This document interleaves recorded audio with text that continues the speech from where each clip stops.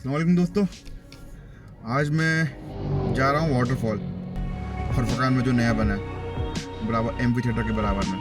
तो एक दो लोगों ने रिक्वेस्ट की थी कि इसका डे व्यू भी पोस्ट किया जाए, तो मैं आज वही करने जा रहा हूँ। नाइट व्यू मैं ऑलरेडी पोस्ट कर चुका था, उसी पे रिक्वेस्ट आई थी, तो इंशाल्लाह ये उसी का पार्ट है और देखते हैं, चला गलते पे सफ़र पे।